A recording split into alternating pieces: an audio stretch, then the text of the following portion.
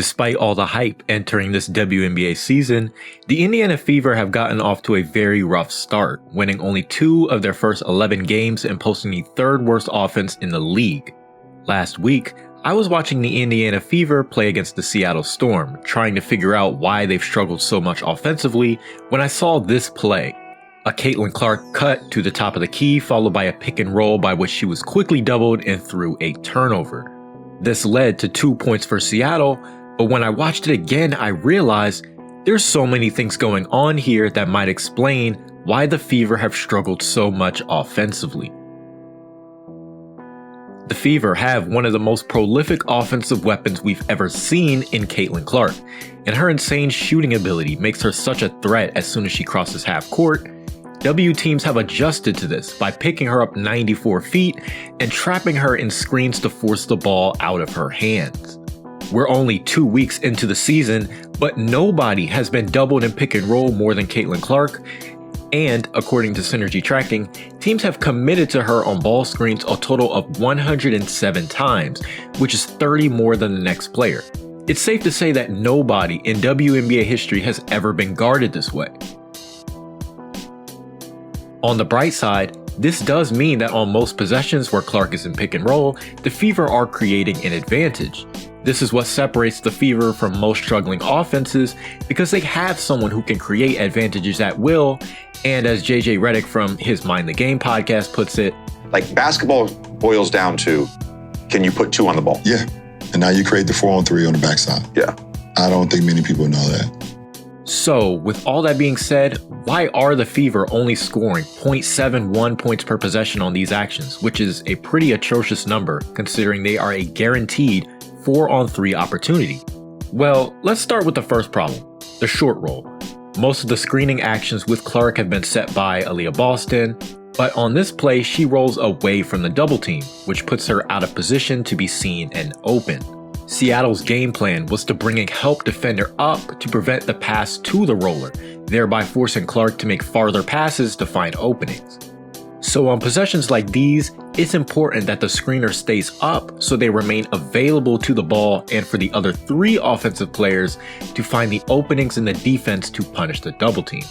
Boston does a great job here of making herself available under the basket. But going back to this play from earlier, Boston rolls to the basket and right into Nneka Ogwumike's help defense, which forces Clark to make a cross-court skip pass over 2 defenders. Here's another play from opening night, where Boston rolls right into the help defense and away from the open space, and it leads to another turnover. Here's another play where Boston actually turns her back away from the play when rolling to the basket, which kills any advantage the Fever had. Boston is primarily a post player, so she's had to adjust to the change in role to becoming a high screen and roll hub, and it's been a struggle. She rolls away from the double team again here and raises her hands for the ball in the paint while Erica Wheeler is being doubled at half court. And yikes. At times, the Fever offense feels rehearsed as opposed to read and react, which is why I think studying guys like Draymond Green in the NBA and Natasha Howard in the WNBA would be very helpful for Boston and the Indiana Fever bigs as they figure out this new role. 2 of the best short roll decision makers in basketball, these 2 have a great court awareness and great technique that allows them to fit with elite offensive guards seamlessly. Screening itself has also been a bit of a problem for Boston to start the year. Screens are supposed to create space between the ball handler and the point of attack defender, but in a lot of these clips, Boston is sort of just standing there instead of standing firm and forcing the defender to take a wider angle to follow Clark. For Indiana, the offense has actually been 13 points better when Tammy F Benley has shared the floor with Clark as opposed to Boston. This is because Tammy is the best screen and roller for the Fever and has been playing this role since her days at Harvard almost 15 years ago. You can tell Tammy is more comfortable in this role than the other 2 Fever bigs, because her subtle communication with Clark is also the strongest. Tammy sets a screen for Clark at mid-court because she sees her defender Olivia Nelson-Ododa is not up and ready to trap Clark. This screen is all that's needed to create the switch, and although it doesn't result in a score, it still creates a favorable advantage. Compare this to when Boston, in the same situation, misses this chance to screen for Clark to go to her left, while Camila Cardoso is in a deep drop, and Marina Mabrey is picking her up at the logo. Or check out this play where Clark sees Dejanay Carrington picking her up at midcourt and Bree Jones playing at the 3-point line as an opportunity to attack her in a high pick and roll situation. But Boston doesn't see it, so Clark decides to go anyways, but a poor screen and a Boston travel kills the advantage. I think this play sort of explains a lot of the frustration, because a pick and roll at half court is a possibility here, but when it fizzles out, it's Clark that has to dribble into Boston just to get a screen, which invites a trap from the defense. Now, this isn't meant to be an Aaliyah Boston slander video or anything like that, because she's still clearly the second best player on this team. She's going through a bit of a shooting slump that has ruined her confidence, and her post touches aren't nearly as effective this year as opposed to last year. But it's important to point out that she's still learning a new role. Last year, Indiana was tied for second in post-ups, of which Boston received the third most in the entire league. But this season, the number of post-ups she's gotten has gone down almost 10%, which is a difficult adjustment for someone of her caliber, who was the #1 draft pick just a year ago and made a living in college off dominating in the post. In fact, the year South Carolina won the championship, they were second to last in pace in their own conference. They rarely played in transition, and Boston would often just flash to the free throw line and make decisions from there. This is another reason why the Fever are struggling. Their two best players are used to playing two widely different offenses. Clark is looking to run an extremely high pick and roll here, but Boston wants the ball at the pinch post, which is her wheelhouse. This leads to an unbalanced floor, and CeCe's driving lane is immediately clogged. These plays where Boston is at the elbow aren't a good play to run with Clark, because teams are looking to trap her in these situations anyways and can use the sideline to their advantage. Figuring out how to incorporate the two best players is the biggest problem head coach Christy Sides and the Indiana Fever are going to have to figure out if they want to improve. This is their first offensive play of the season, where Clark wants to run high pick and roll, but Boston wants the ball at the elbow. Clark calls her up to set a screen, and Boston does a great job here scoring in the short roll. This is also a good reminder that situations can heavily influence numbers for players of varying skill sets, because Tammy F, Benley, and Alyssa Smith, as of right now, are the best Fever bigs that are fit to succeed in Indiana's current offense.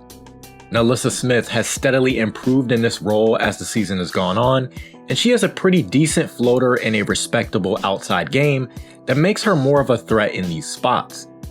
Tammy is more springy and agile on the perimeter than Boston, although none of the Fever bigs are yet comfortable pressuring the defense with a live dribble yet, which is imperative if you're going to run high pick and roll from 30+ feet.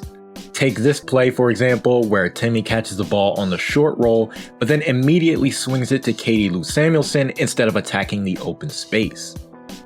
Compare this to Draymond in the short roll, who, when catching it at the 3-point line, takes one dribble to collapse the two help defenders and take advantage of the 4-on-3. Now, the reason I showed this clip instead of the hundreds of other Draymond short roll clips is because it didn't contain one of Green's signature alley-oop dunks that Golden State made famous during their dynasty. Nobody in the W plays above the rim, and although the lob pass isn't an accessible short roll read, what matters here is the movement behind the play, which brings us back to the Seattle clip from the beginning. Katie Lou Samuelson is also late making herself available to the double here, which allows Jewell Loyd to momentarily guard two players at once. Indiana's offense has been extremely stagnant behind the play, which is another big reason why they aren't scoring on these actions. Katie Lou Samuelson would have had an easy layup if she made this slot cut here, but instead she just stands there, which allows Kayla Thornton to guard two people at once. In comparison, the Seattle Storm's perimeter players know exactly when to slot cut to take advantage of these collapsing defenses. A lot of Clark's turnovers come from miscommunication with teammates. In fact, Benley needs to stay in the dunker spot and make herself available for the laydown pass, but instead she pops out for three, and De'Erica Hamby can guard two players at once and nabs a steal. Here's another play where Christy Wallace would have an easy layup if she stayed in the dunker spot, but instead she pops out for 3. This is also an insane rotation from Cameron Brink to force this kick out. The Denver Nuggets and Golden State Warriors have made these plays famous because even though the corner looks open, the baseline cut is a higher percentage look and ultimately forces the defense to make a tougher decision. This is also why one of LeBron James's quotes from one of his latest episodes of Mind the Game podcast is an important reminder for the Fever as they navigate this stretch. If you can't cause a trigger, then everyone's going to be at home. That's the name of the game. How can you cause a trigger? Pick and roll, pin down, DHOs, split game. Whatever it is, whatever your portfolio of your team and your player, how can you cause the trigger? Because once the trigger happens, that's when you become successful. And if you take a look at this play again, the issue starts with this missed baseline cut from Boston. But also, Clark needs to develop an in-between game to better punish these defenses. As of right now, Clark lacks a mid-range game or even a floater to take advantage of these plays. Because of this, she has to get all the way to the basket to capitalize on her drives, and with good shot blockers at the rim, these are merely opportunities for them to pad their stats. Bree Jones cuts off the laydown pass to Aaliyah Boston here, so Clark has to get better finishing when the defense is on her hip.